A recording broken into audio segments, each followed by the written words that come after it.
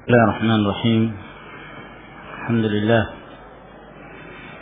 حمدا كثيرا طيبا مباركا فيه كما يحب ربنا ويرضاه، وأشهد أن لا إله إلا الله وحده لا شريك له، وأشهد أن محمدا عبده ورسوله، وصلى الله عليه وعلى آله وصحبه وسلم تسليما كثيرا. أما بعد، معاشر المسلمين رحمكم الله، والحمد لله Allah Tabaraka wa Ta'ala yang senantiasa memberikan kepada kita kesehatan dan karunia-Nya, sehingga pada malam hari ini kembali kita berkumpul di dalam majelis ilmu melanjutkan pengajian kita dari kajian sahih Al-Imam Al-Bukhari rahimahullahu ta'ala. Dan pada pertemuan sebelumnya kita telah menjelaskan hadis Abdullah bin Amr bin Al-As radhiyallahu ta'ala anhuma, yang menjelaskan tentang bagaimana diangkatnya ilmu dari permukaan bumi. Hadis yang agung sekali, yang sekaligus memberikan peringatan kepada kita sekalian untuk senantiasa memelihara ilmu, bersabar mempelajari sunnah Rasul sallallahu alaihi wa ala alihi wasallam.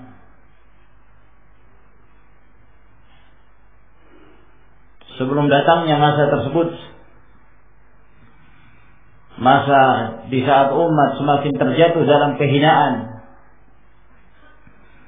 ketika mereka berlomba-lomba untuk meraih dunia yang mereka miliki, dan mereka pun melupakan ilmu, dan mereka mengangkat tokoh-tokoh yang bukan dari kalangan para ulama, dan mereka menganggapnya sebagai para mufti, sebagai para ulama yang dijadikan sebagai rujukan dalam perkara-perkara jin yang menyebabkan mereka tersesat dan menyesatkan umat dari jalan Allah Tabaraka wa Ta'ala. Maka pada malam hari ini insyaallah ta'ala kita memasuki bab yang berikutnya, masih dalam kitabul ilmi. Berkata Al-Imam Abu Abdullah Muhammad bin Ismail bin Ibrahim ibn al-Mughirah ibn Bardizbah al-Ju'fi maulahum al-Bukhari rahimahullahu ta'ala, babun hal yuj'alu lin-nisa'i yawmun ala hilatin fil ilmi. Bab apakah boleh dijadikan untuk para wanita ada satu hari tersendiri di mana mereka mempelajari ilmu syar'i. Di dalam bab ini Al-Imam Al-Bukhari rahimahullahu ta'ala hendak menjelaskan bahwa talabul ilm, menuntut ilmu, diwajibkan bukan hanya kepada kaum lelaki, namun menuntut ilmu tersebut juga merupakan hak dari kaum wanita, di mana mereka wajib untuk mempelajari agama Allah Subhanahu wa ta'ala, mempelajari hukum-hukum Allah, kewajiban-kewajiban yang Allah Subhanahu wa ta'ala wajibkan atas mereka. sebagaimana kaum mukminat diperintahkan untuk beriman dan beramal saleh, maka demikian pula kaum lelaki diperintahkan beriman dan beramal saleh. Dan yang mulia di antara mereka adalah yang paling bertakwa kepada Allah Subhanahu wa taala. Kaum wanita juga termasuk dalam keumuman firman-Nya, "Inna akramakum 'indallahi atqakum." Sesungguhnya orang yang paling mulia di antara kalian adalah yang paling bertakwa kepada Allah Tabaraka wa taala. Dan Allah Subhanahu wa taala menyamakan kedudukan kaum wanita dengan lelaki dalam hal iman dan amal saleh. Man 'amila salihan min dzakarin aw untha wa huwa mu'min falanuhyiyannahu hayatan thayyibah wa lanajziyannahum ajrahum bi ahsani ma kanu ya'malun. Barang siapa yang beramal saleh, apakah dia laki-laki atau dia seorang wanita, dalam keadaan dia mukmin, maka kami akan berikan kepada mereka penghidupan yang baik, dan kami akan membalas pahala mereka dengan yang terbaik dari apa yang telah mereka amalkan. Dan masih banyak lagi ayat-ayat yang disebutkan oleh Allah Jalla wa'ala yang menjelaskan tentang keutamaan kaum wanita apabila mereka beriman dan beramal saleh. Kedudukannya sama dengan kaum lelaki di sisi Allah Subhanahu wa ta'ala.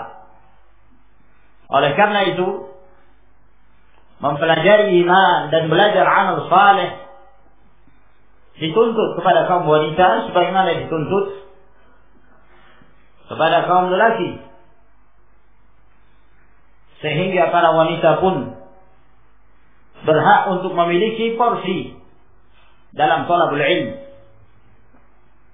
Maka di sini Al-Imam Al-Bukhari rahimahullahu taala beliau menyebutkan bab bahwa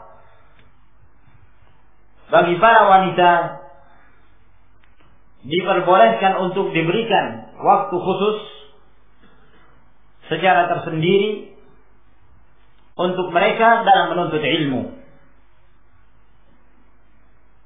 Dan di sini Al-Imam Al-Bukhari rahimahullah taala menyebutkan apa yang telah diamalkan oleh para sahabiyat pada masa Rasulullah sallallahu alaihi wa alihi wasallam.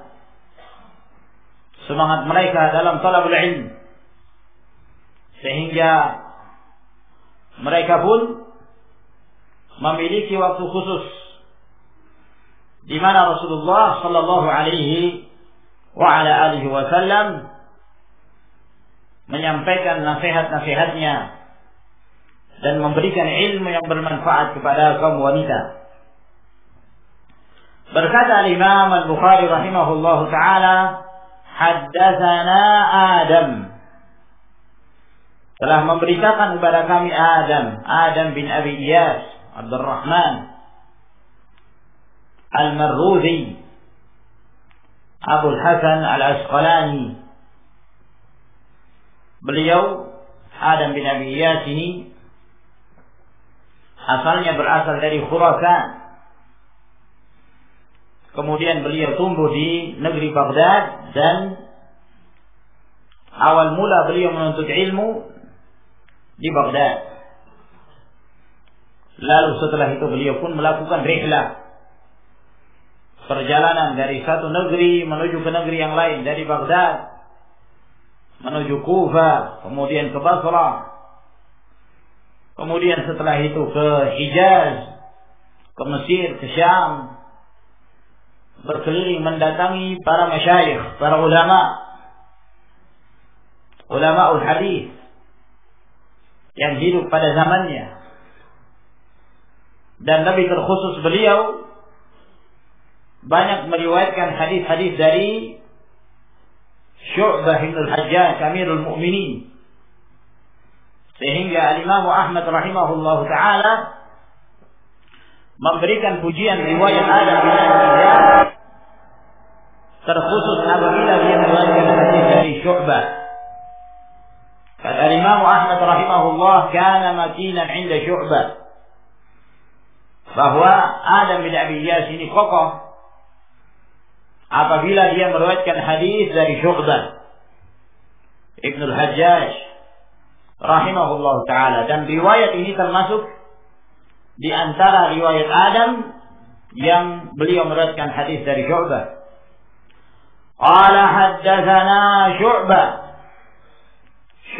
Ibnu al-Hajjaj Abu Bistam Amirul Mu'minin fil hadis.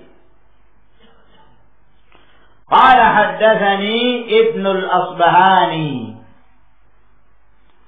beliau berkata telah memberitakan kepadaku Ibnu al-Asbahani. Ibnu al-Asbahani ini namanya Abdurrahman, akan disebutkan nanti dalam riwayat yang berikutnya bahwa Ibnu al-Asbahani adalah Abdurrahman bin Abdullah al-Asbahani, dan beliau berasal dari Kufah. Qala sami'tu Aba Salih Zakwan, beliau berkata, aku telah mendengarkan Abu Salih Zakwan As-Samman, beliau dari Madinah, termasuk di antara perawi yang banyak meriwayatkan hadis dari Abu Hurairah radhiyallahu taala anhu. Yuhadditsu an Abi Sa'id Al-Khudri, bahwa Zakwan Abu Salih memberitakan hadis ini dari Abu Sa'id Al-Khudri, Sa'ad bin Malik bin Sinan Abu Sa'id Al-Khudri Al-Khazraji, salah seorang sahabat Nabi sallallahu alaihi wa ala alihi wasallam yang paling banyak meriwayatkan hadis dari Rasulullah sallallahu alaihi wa ala alihi wasallam. Berkata Abu Sa'id Al-Khudri, qalatin nisa'u lin-nabi sallallahu alaihi wa ala alihi wasallam, telah berkata kaum wanita, yakni dari kalangan para sahabiyat, kepada Nabi sallallahu alaihi wa ala alihi wasallam, "Ghalabana 'alaika ar-rijal." Berkata para wanita ini kepada Nabi sallallahu alaihi wasallam, kaum lelaki telah mengalahkan kami terhadapmu wahai Rasulullah. Maksudnya kaum lelaki telah mendominasi dalam menuntut ilmu kepada Rasulullah sallallahu alaihi wasallam. Mereka setiap hari waktu Rasulullah alaihi salatu wasallam kebanyakan bersama kaum lelaki. Kesempatan bagi para sahabat dari kaum lelaki untuk bertanya kepada Rasulullah sallallahu alaihi wa ala alihi wasallam, bertanya tentang Islam, mendapatkan barakah dengan kedekatan mereka dari Nabi sallallahu alaihi wasallam. Hal ini membuat cemburu para wanita, sehingga mereka datang kepada Rasulullah alaihi wasallam dan mereka mengatakan, wahai Rasulullah, kami telah dikalahkan oleh kaum lelaki dalam mendatangimu. Faj'al lana yawman min nafsika, maka jadikanlah untuk kami satu hari dari dirimu sendiri, yakni berikan waktu kami khusus di mana engkau yang memberikan dan menyampaikan ilmu kepada kami, satu hari khusus. Maka ini yang diminta oleh kaum wanita kepada Rasulullah sallallahu alaihi wasallam. Kata Abu Sa'id Al-Khudri, "Fawa'adahunna yawman."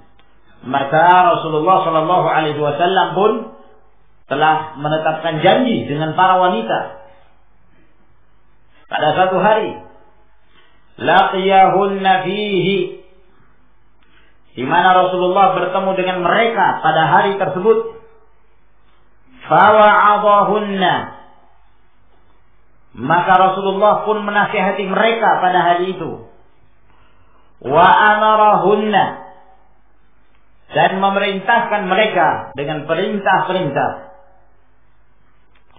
Fakana fima qala lahunna, dan termasuk di antara yang disampaikan oleh Nabi sallallahu alaihi wasallam kepada kaum wanita pada saat itu, Rasulullah menyatakan, "Ma minkunna imra'atun tuqaddimu thalathatan min waladiha illa kana laha hijaban minan nar."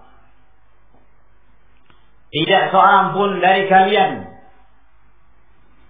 seorang wanita yang tuqaddimu thalathatan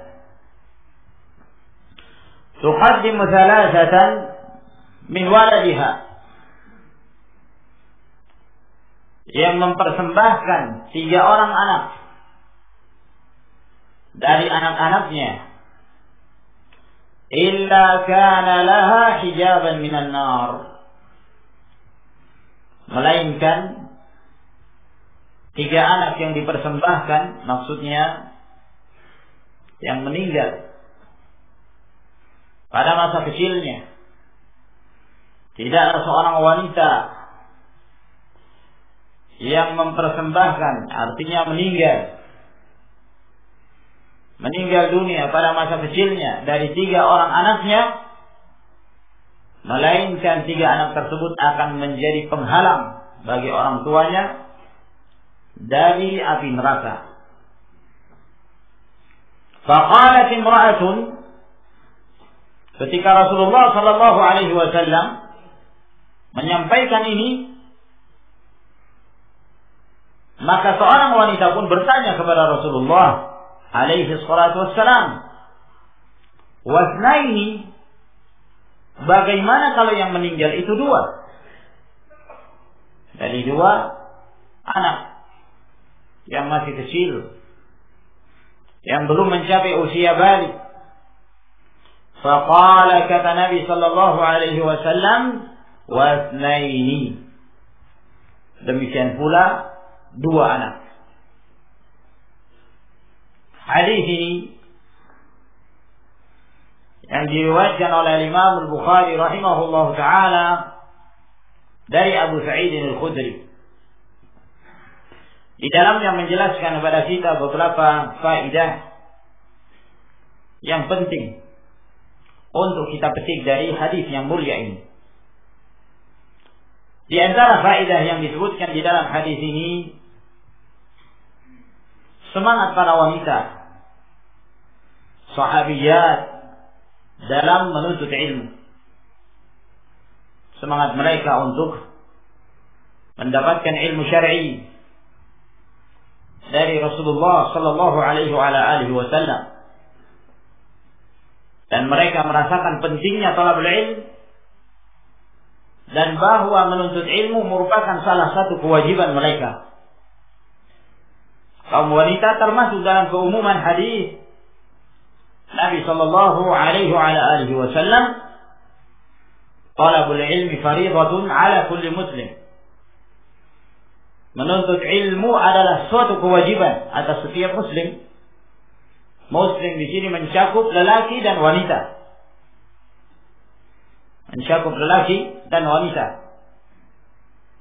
Sehingga karena pentingnya thalabul ilm, ini pun dirasakan oleh kaum wanita di zaman Rasulullah sallallahu alaihi wasallam. Mereka selalu mencari kesempatan untuk mendatangi Rasulullah sallallahu alaihi wasallam apabila mereka butuh untuk bertanya kepada Rasulullah dalam urusan agama. Sampai Aisyah radhiyallahu taala anha memberikan pujian khusus kepada wanita Ansar disebabkan karena keberanian mereka untuk bertanya, dan mereka tidak punya rasa malu dalam hal menuntut ilmu syar'i. mengetahui hukum-hukum dari Rasulullah sallallahu alaihi wasallam. Kata Aisyah radhiyallahu ta'ala anha, khairun nisa'i nisa'ul ansar. Lam yamna'hunna al-haya'u ay yatafaqqahna fid din. Sebaik-baik wanita adalah wanita Ansar. Tidak mencegah mereka adanya perasaan malu dari menuntut ilmu agama, dari tafaqquh, mendalami agama Allah Subhanahu wa taala. Mereka dikenal sebagai orang-orang yang berani. Apa saja yang mereka ingin tanyakan kepada Rasulullah alaihi wasallam, apabila mereka melihat itu bermanfaat, maka mereka tanyakan kepada Rasulullah alaihi salatu wassalam. Sehingga Aisyah radhiyallahu anha mempersaksikan kebaikan para wanita Ansar dalam hal ini. Yani mereka senantiasa menuntut ilmu, bertanya, sampai satu ketika yang menunjukkan tanpa rasa malunya mereka dalam hal ini. Sebab dalam menuntut ilmu tidak sepantasnya seorang itu malu. Apabila yang dituntut itu adalah kebenaran, al-haq, maka sepantasnya dia berusaha untuk mengerti hukum-hukum Allah Subhanahu wa taala. Ummu Sulaim datang kepada Rasulullah sallallahu alaihi wasallam. Lalu dia bertanya kepada Rasulullah, ya Rasulullah, inna Allah la yastahi min al-haq, fahal ala al-mar'ati min ghuslin idha hiya ihtalamat? Sesungguhnya Allah tidak malu dari kebenaran. Apakah wajib bagi seorang wanita untuk mandi apabila dia mimpi? Apabila dia mimpi. Naam. Di dekatnya ada Ummu Salamah, merasa malu dengan pertanyaan ini. Namun Ummu Sulaim telah memberikan muqaddimah, pertanyaan yang subhanallah, yang baik, dan memberikan muqaddimah yang baik pula. Allah itu tidak malu dari kebenaran. Apakah wajib bagi seorang wanita untuk mandi apabila dia bermimpi? Kata Nabi alaihi salatu wassalam, na'am idza ra'atil ma'. Iya, apabila dia melihat air, yakni apabila dia mimpi basah yang menyebabkan keluarnya air. Sebab wanita hukumnya sama dengan lelaki dalam hal ini.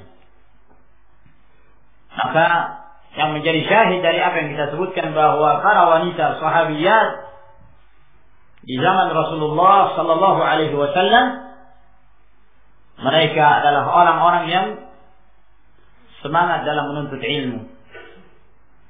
Tidak menghalangi mereka urusan rumah tangga dari talabul ilm.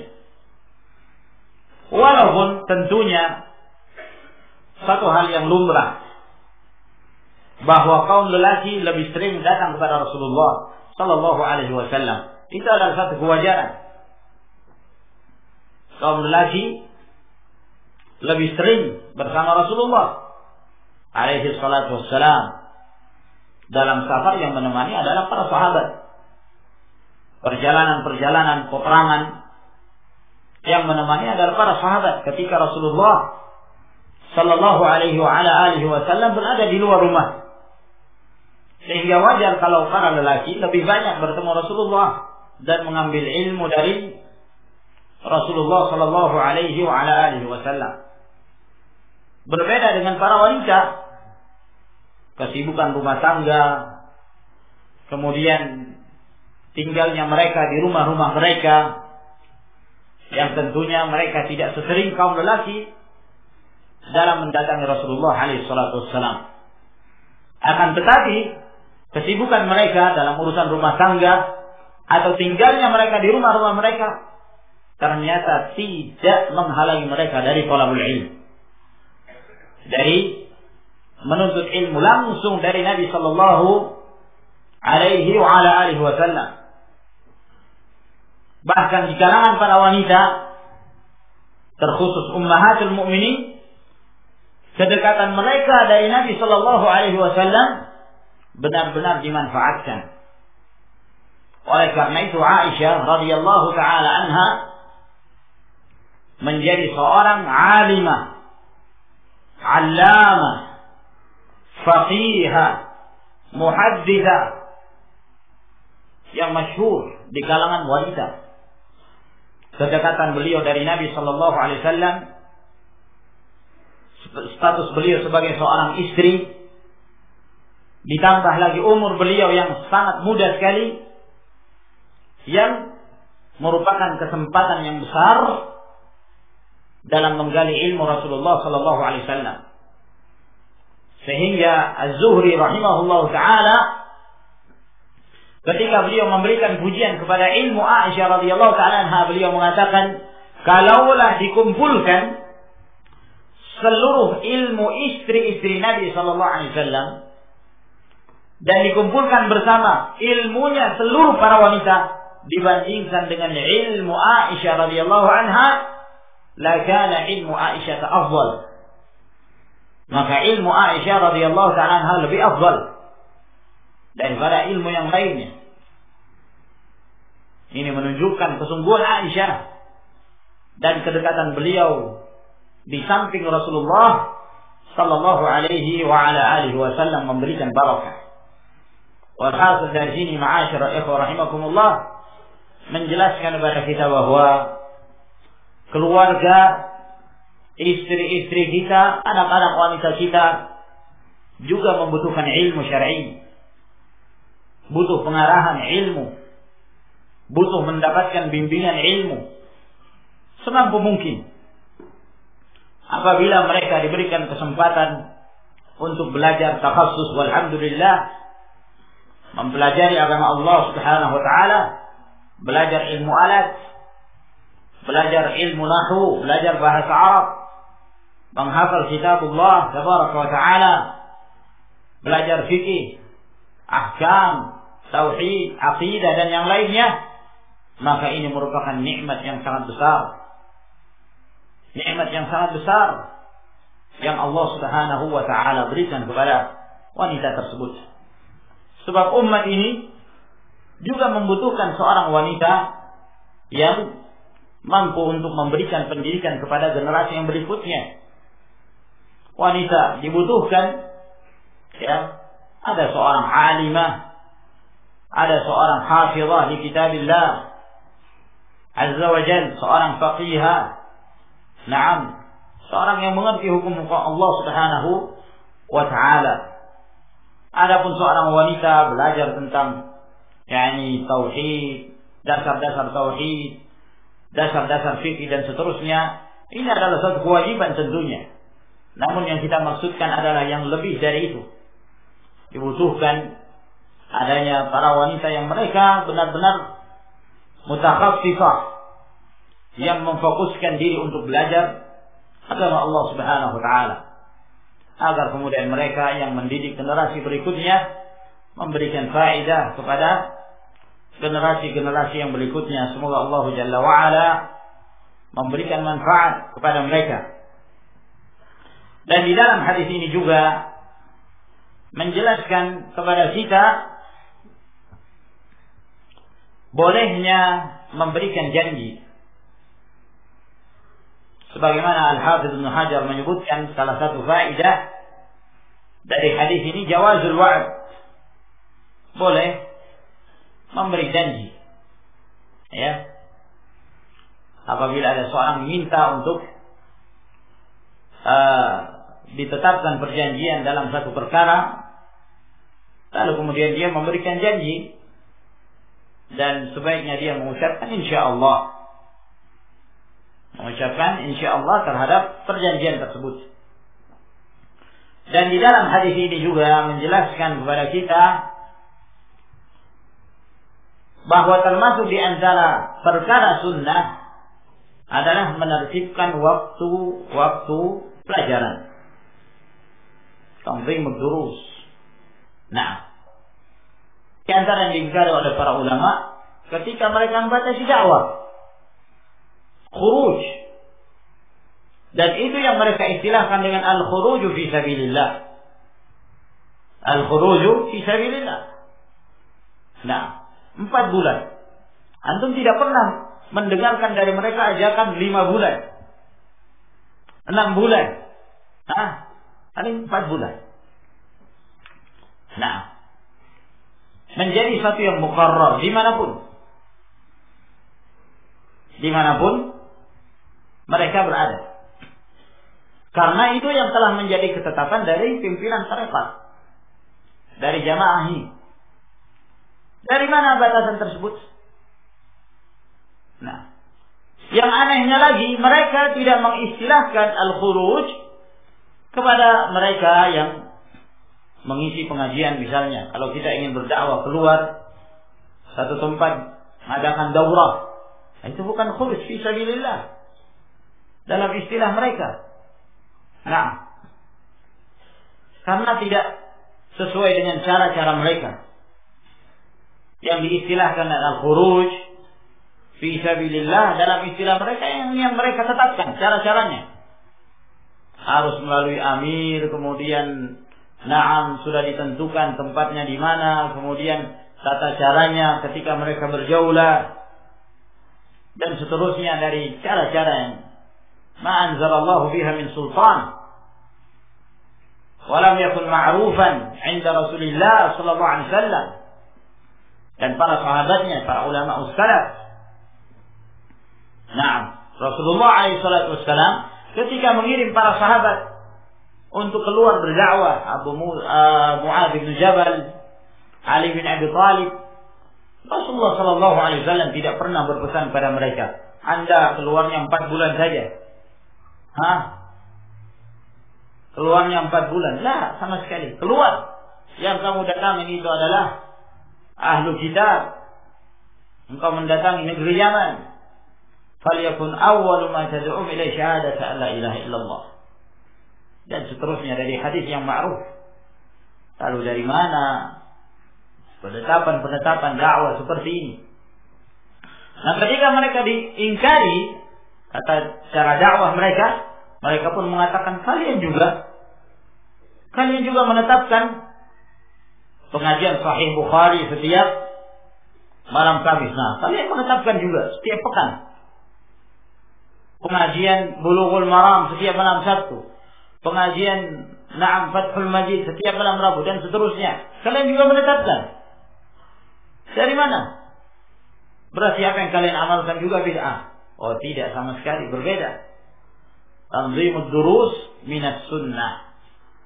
Menetapkan, mengatur pelajaran, termasuk dari sunnah Rasul sallallahu alaihi wa ala alihi wasallam. Berdasarkan hadis yang kita bacakan ini. Maka tidak ada celah bagi mereka untuk mengingkari apa yang telah ma'ruf dari zaman Rasulullah sallallahu alaihi wasallam, dan itulah yang diamalkan oleh para ulama as-salaf ridwanullahi alaihim ajma'in. Dan di dalam hadis ini juga menjelaskan kepada kita diperbolehkannya wanita untuk keluar dari rumahnya apabila ada hajat. Boleh. Asal hukumnya seorang wanita tinggal di rumah. Allah Subhanahu wa taala berfirman, "Wa qarna fi buyutikunna wa la tabarrajna tabarruj al-jahiliyatil ula." Wahai para wanita, tinggallah kalian di rumah-rumah kalian dan jangan kalian bertabarruj seperti tabarrujnya orang-orang jahiliyah yang dahulu. Perintah untuk tinggal di dalam rumah. Dan apabila keluar, maka tidak diperbolehkan seorang wanita itu bertabarruj. Apa yang dimaksud tabarruj?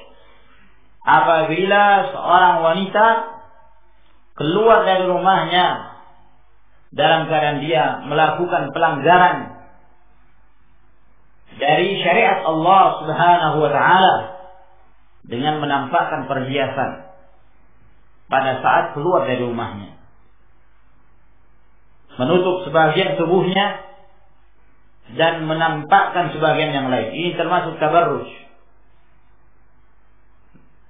Ataukah dia keluar rumah berpakaian tapi dengan pakaian yang ketat sehingga memperlihatkan lekukan tubuhnya. Ini juga termasuk tabarruj. Seorang wanita keluar lalu kemudian dia sengaja melenggak-lenggokkan jalannya yang dapat menimbulkan fitnah. Ini juga termasuk tabarruj. Sebagaimana yang disebutkan oleh Abu Qatadah radhiyallahu ta'ala anhu atau Qatadah bin Di'amah As-Sadusi. Beliau mengatakan, idza kharajtunna min buyutikunna wa kanat lahunna misyah wa takassurun wa taghammuj. Apabila para wanita itu keluar dari rumahnya lalu kemudian mereka berjalan dengan melenggak-lenggok, na'am, hingga menimbulkan fitnah. Ini juga termasuk tabarruj.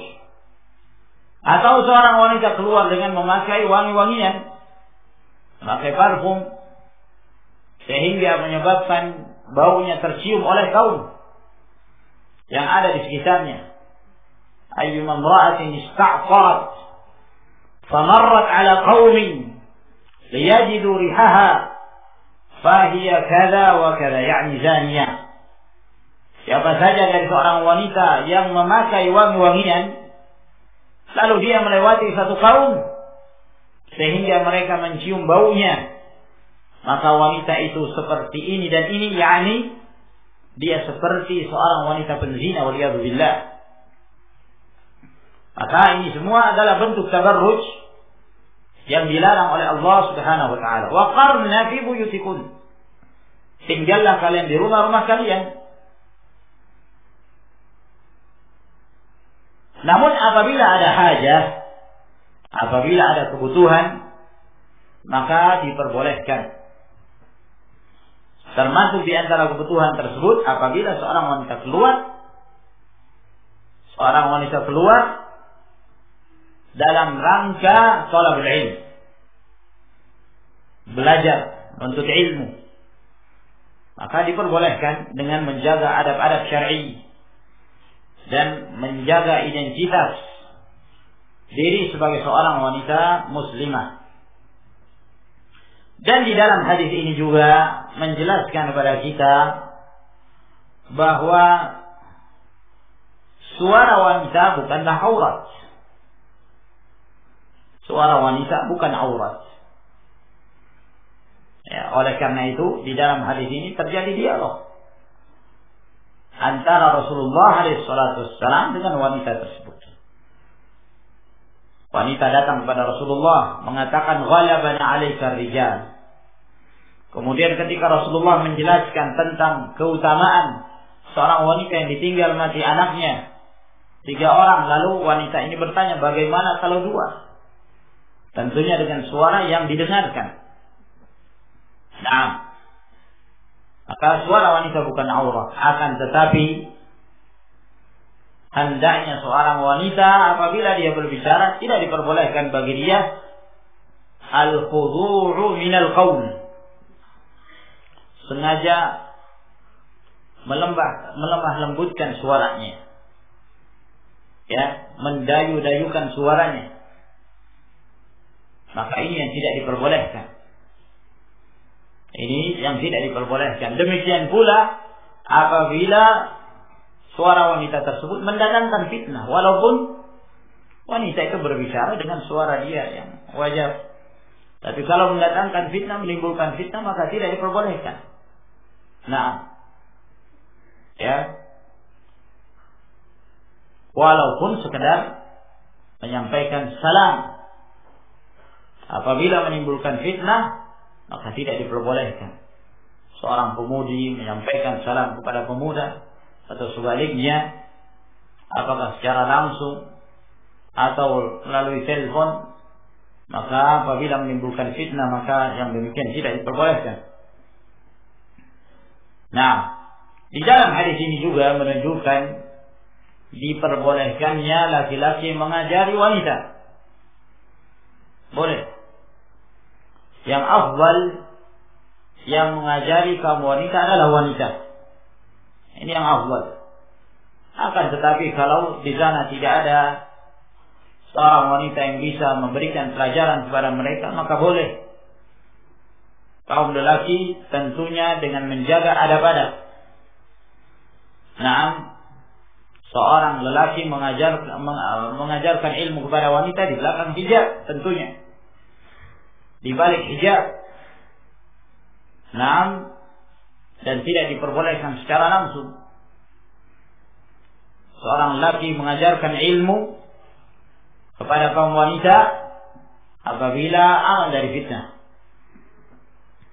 Maka ini adab-adab yang wajib untuk dijaga oleh seorang. Dan di dalam hadis ini juga menjelaskan tentang keutamaan orang yang ditinggal mati anaknya. Dari satu sisi tentunya apabila ada buah hati yang meninggal di tengah-tengah keluarga, satu yang menyedihkan, sangat menyedihkan. Apalagi kalau itu anak yang pertama, dia sedang merindukan seorang anak meninggal, subhanallah, sangat menyedihkan sekali. Akan tetapi ma'asyiral muslimin rahimakumullah, di dalam Islam Allah subhanahu wa ta'ala tidak menjadikan kesedihan seorang muslim dan muslimah pergi tanpa ada pengganti begitu saja. Apabila seorang muslim atau muslimah ditimpa satu musibah, lalu kemudian dia bersabar dan mengharapkan keridhaan Allah subhanahu wa ta'ala, maka pasti Allah subhanahu wa ta'ala menggantinya dengan yang lebih baik dari apa yang dia sedihkan. Pasti itu. Dan itu kegembiraan di balik kesedihan seorang muslim dan muslimah. Oleh karena itu dalam keadaan bagaimanapun, keadaan seorang muslim dan muslimah tetap dalam keadaan baik. Ketika dia mendapatkan nikmat, dia bersyukur kepada Allah. Ketika dia mendapatkan cobaan, dia bersabar menghadapi berbagai cobaan dari Allah Subhanahu wa ta'ala, dan dia mendapatkan kebaikan pula. Termasuk di antaranya apabila keluarga yang ditinggal masih anaknya. Anak yang sudah ditunggu-tunggu, naam, sudah berjalan, dijaga 2 bulan, 3 bulan, 4 bulan, sudah ditiupkan padanya ruh, 5-6 bulan keguguran. Subhanallah. Sudah menjadi manusia, meninggal. Nah, atau sudah lahir, berjalan 1 tahun, 2 tahun, 3 tahun, 4 tahun, sedang lucu-lucunya meninggal. Nah, ini adalah suatu hal yang sangat menyedihkan tentunya. Akan tetapi, ma'asyiral ikhwah rahimakumullah, di balik itu adalah merupakan ujian dari Allah Subhanahu wa ta'ala. Apabila seorang muslim itu bersabar dan mengharapkan keridhaan Allah Subhanahu wa ta'ala, maka dia akan mendapatkan balasan yang lebih baik dari Allah Jalla wa ala. Balasan itu adalah surga. Innama yuwaffas sabiruna ajrahum bighairi hisab. Dan surga tentunya adalah merupakan balasan terbaik. Di dalam hadis ini Rasulullah sallallahu alaihi wasallam menyebutkan 3. Apabila seorang wanita ditinggal mati anaknya 3, maka itu akan menjadi penghalang baginya dari neraka. Yang dimaksud di sini bukan hanya wanita, tapi demikian pula seorang ayah, ya, pasangan suami istri, ayah dan ibu. Apabila anaknya meninggal 3 orang, dan yang dimaksud dengan anak 3 orang di sini yang belum mencapai usia balik, sebagaimana akan disebutkan nanti dalam riwayat yang berikutnya. Nah, maka akan menjadi penghalang dari neraka. Ini maksudnya, boleh jadi orang tua tersebut melakukan perbuatan dosa yang dia berhak untuk dilemparkan ke dalam neraka.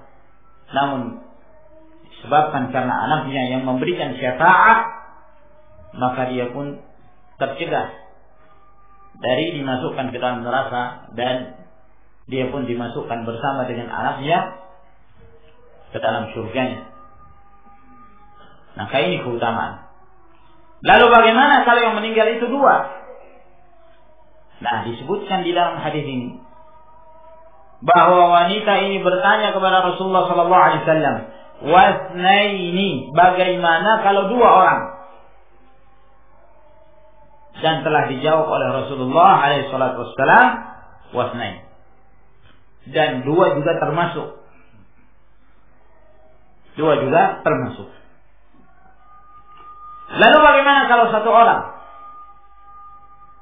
Di dalam hadis ini tidak disebutkan. Mungkin di antara keluarga ada yang kehilangan seorang anak saja. Gimana kalau hanya satu orang? Nah, dalam hadis ini tidak disebutkan. Ada riwayat-riwayat yang lain yang ada tambahan. Seorang wanita bertanya gimana kalau satu orang, maka Rasulullah menjawab satu orang juga. Tapi tidak ada yang sahih. Namun hadis-hadis yang lain yang menunjukkan bahwa satu orang pun insya Allah termasuk di antaranya. Oleh karena itu dalam hadis yang diriwayatkan oleh Imam Al-Bukhari, hadis qudsi, bahwa Allah Subhanahu wa taala berfirman, "Ma li'abdil mu'min 'indi jazaa'un idza qabadtu safiyahu thumma ihtasabahu ila al-jannah." Kata Allah Subhanahu wa taala dalam hadis qudsi, tidaklah bagi hambaku yang mukmin balasan apabila aku mengambil darinya apa yang dia cintai. Maka di sini umum, hadis ini sifatnya umum. Apabila aku mengambil darinya apa yang dia cintai, safiyahu, buah hatinya diambil walaupun satu, kemudian dia mengharapkan keridhaan Allah Subhanahu wa taala, maka balasannya adalah surga. Balasannya adalah surga. Maka hadis ini juga menetapkan bahwa satu pun insyaallah taala termasuk, dengan syarat apabila orang tua tersebut bersabar dan mengharapkan keridhaan Allah Subhanahu wa taala. Nah, berarti penyebutan tiga di sini la mafhuma lahu. Ya, tidak bisa diambil pemahaman sebaliknya. Ya, artinya kalau kurang dari tiga tidak termasuk. Oh, tidak demikian. Bahkan dua pun insya Allah termasuk. Satu pun insya Allah taala termasuk. Dengan syarat dia bersabar dan mengharapkan keridhaan Allah Subhanahu wa taala. Namun bukan berarti seorang berangan-angan, ya Allah, mudah-mudahan anak saya mati misalnya. Oh, nggak boleh seperti itu. Ya, mendoakan kematian. Nggak boleh. Ya. Nah, atau misalnya istri sudah hamil tua, ini didoakan supaya mati biar menjadi pemberi syafaat. Nah, ini tidak diperbolehkan ya kawan. Nah, ini adalah sebuah takdir yang Allah Subhanahu wa taala tetapkan, bukan dari kehendak kita. Nah, namun yang dimaksud di dalam hadis-hadis ini adalah apabila Allah Subhanahu wa taala memberikan cobaan, memberikan ujian kepada sebuah keluarga, lalu kemudian dia bersabar menghadapi ujian yang Allah Subhanahu wa taala berikan kepada mereka. Lalu berkata Imam Al-Bukhari rahimahullah, haddatsana Muhammad bin Bashar Bundar qala haddatsana Gundar Muhammad bin Ja'far Rabi' Syu'bah qala haddatsana Syu'bah ibn al-Hajjaj an Abdurrahman ibn al-Asbahan, Abdurrahman bin Abdullah, an Zakwan Abu Salih As-Samman an Abi Sa'id al-Khudri an Nabi sallallahu alaihi wasallam bihadza, dari Abu Sa'id al-Khudri dari Nabi sallallahu alaihi wasallam dengan sanad atau dengan hadis yang sama. Wa an Abdurrahman ibn al-Asbahani qala, namun ada jalur yang lain dari Abdurrahman bin Al-Asbahani, beliau berkata, "Sami'tu Aba Hazim an Abi Hurairah." Aku mendengarkan Abu Hazim dari Abu Hurairah radhiyallahu taala anhu qala, beliau mengatakan, salasatun lam yablughul hinsa. Jadi yang dimaksud dari Abu Hurairah di sini adalah sabda Rasulullah sallallahu alaihi wasallam bahwa 3 anak tersebut lam yablughul hinsa, yang belum mencapai usia balik. Yang belum mencapai usia balik. Maka dalam hadis Abu Hurairah ini ada tambahan faedah yang menunjukkan bahwa 3 anak yang dimaksud di sini apabila anak tersebut meninggal dalam keadaan mereka belum mencapai usia balik. Dan di dalam hadis ini juga kita mendapatkan faedah bahwa atfalul muslimin fil jannah. Anak-anak kaum muslimin apabila mereka mati dalam keadaan belum mencapai usia balik, maka mereka mendapatkan jaminan surga. Lalu bagaimana dengan anak-anak musyrikin? Anak-anak orang kafir yang mereka meninggal belum mencapai usia balik. Apakah mereka di dalam neraka?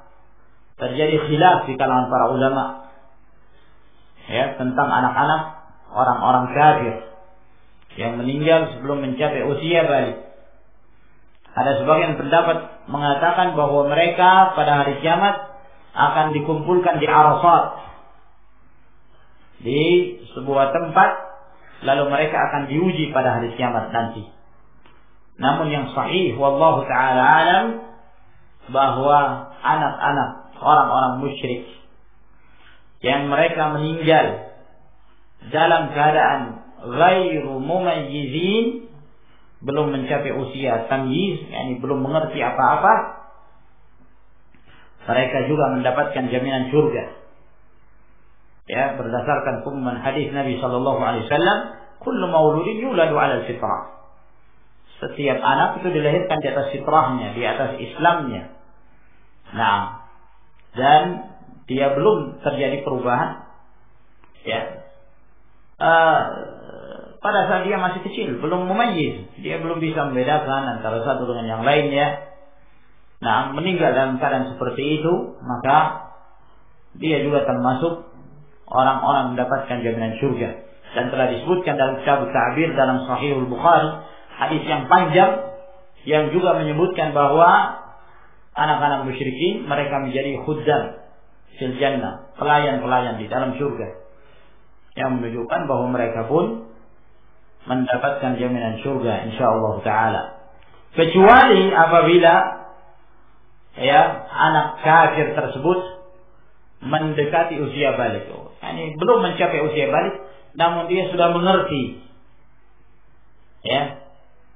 atau yang diistilahkan dengan murahiq, dia mendekati usia balik, dia sudah mengerti apa itu Islam dan seterusnya, lalu kemudian dia tetap berada di atas kekufurannya, maka dia terancam neraka.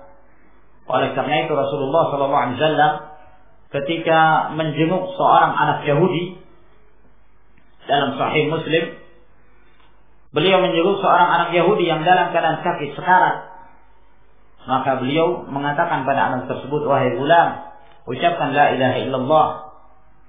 Nah, anak ini bingung, dia melihat Rasulullah dan dia melihat ayahnya Yahudi, sampai akhirnya ayahnya mengatakan kepada anak yang sakit, ati Abul Qasim, turuti apa permintaan Abul Qasim. Maka akhirnya dia sebelum mati, dia pun mengucapkan la ilaha illallah.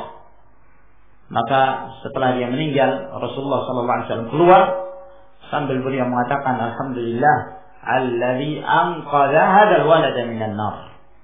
Alhamdulillah yang telah menyelamatkan anak ini dari neraka. Berarti apa?